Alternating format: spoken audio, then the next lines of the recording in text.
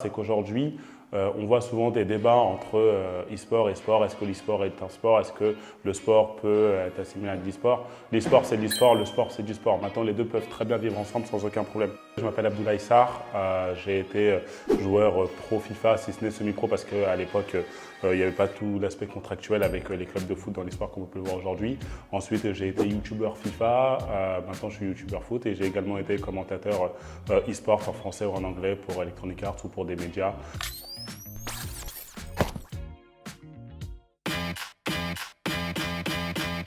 Je suis un grand fan de football, de sport en général, avant d'être un fan de jeux vidéo de gaming. Mais j'ai tout de suite accroché parce que voilà, j'aimais les jeux vidéo, j'aimais le foot, du coup FIFA, logique classique. À l'âge de 12-13 ans, je commençais déjà à jouer en réseau. En 2004, j'avais été tout au long de l'année numéro 1 mondial sur les classements en ligne et c'est vrai que c'était un truc assez fou. Aujourd'hui, le niveau e-sportif est beaucoup plus important qu'à l'époque.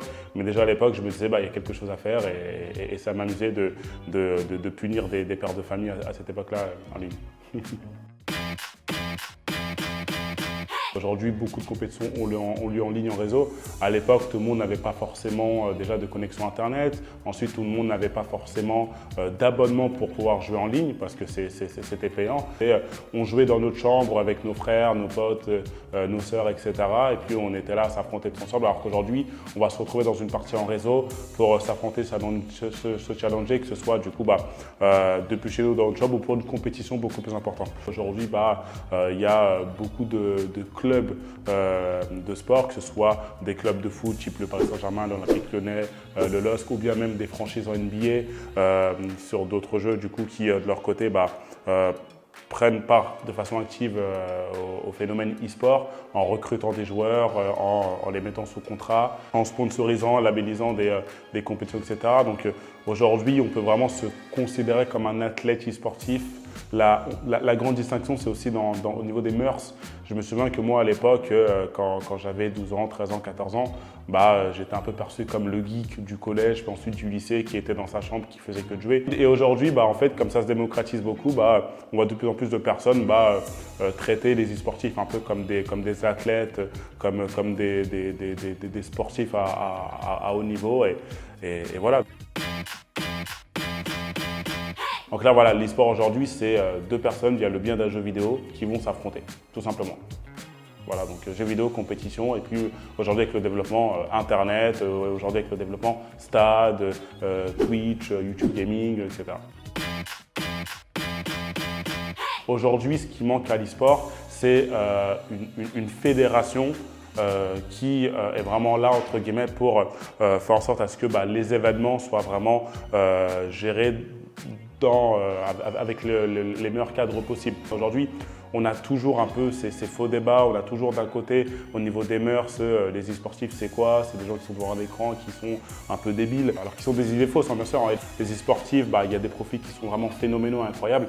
Donc du coup, voilà, vraiment continuer à faire changer les idéologies, les mœurs. Et puis surtout, dernier point, c'est également ne pas tomber dans les faux pièges de « Ok, l'e-sport c'est un phénomène, l'e-sport ça se développe, donc du coup on va pénétrer l'e-sport, on va se faire beaucoup d'argent ». Non, aujourd'hui, non, c'est absolument pas ça. Aujourd'hui, l'e-sport permet pour certains d'être rentable, mais pas pour une majorité.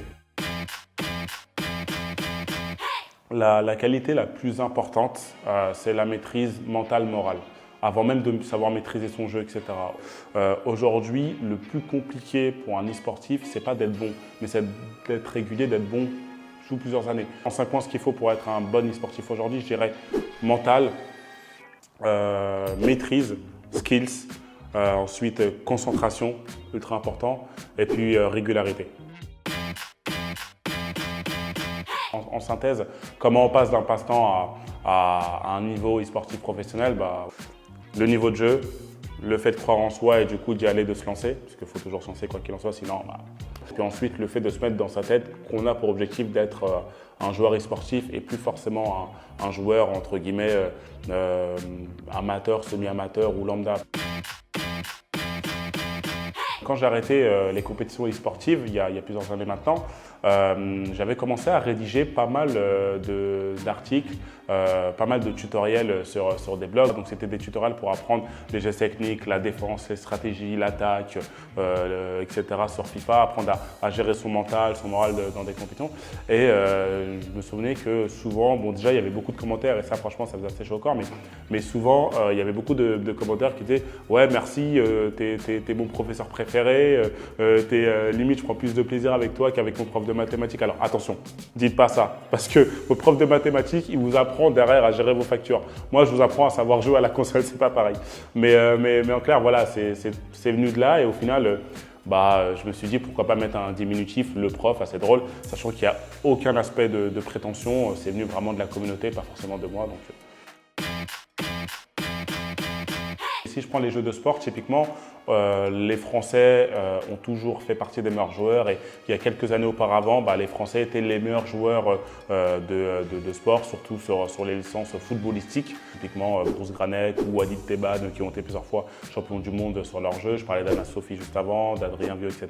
Je pense également à la Team Vitality, qui est la team aujourd'hui la plus importante en France, qui du coup a marqué vraiment les esprits. Je pense aussi à la toute nouvelle équipe, la Carmine Corp, qui a été champion de France et champion d'Europe. Maintenant, sportivement parlant, bien entendu, les meilleures équipes sont basées en Amérique du Nord, sont basées en Asie ou bien en France. En Europe, la messe de l'e-sport se trouve généralement en Allemagne. Les joueurs sont souvent plus disciplinés, les équipes sont mieux structurées depuis pas mal de temps. Donc voilà. L'e-sport, dans quelques années, ça va ressembler déjà à plus de proximité entre les e-sportifs et les fans. On le voit aujourd'hui avec les athlètes qui, de plus en plus, sont leurs propres médias, dans le sens où ils ont leur chaîne Twitch, où est-ce qu'ils font des live streams, ils ont leur chaîne YouTube, où est-ce qu'ils font des vidéos, ils sont pas mal présents sur Instagram, Twitter, etc. Donc l'aspect vraiment digitalisation, de plus en plus important de proximité avec les fans. Ensuite, de plus en plus de compétition dans des stades. Donc voilà, plus de droits, plus de vente de droits, beaucoup plus cher au même titre que le sport. L'e-sport, pour synthétiser à quoi ça va ressembler plus tard, l'e-sport va de plus en plus se rapproche déjà de plus en plus au modèle du sport, que ce soit de façon économique, de façon communicative et de façon proximitaire avec les fans. La distinction, c'est que par contre, l'e-sport gardera ses codes e-sportifs, les termes, le jargon et l'aspect que l'e-sport sera toujours connecté au digital.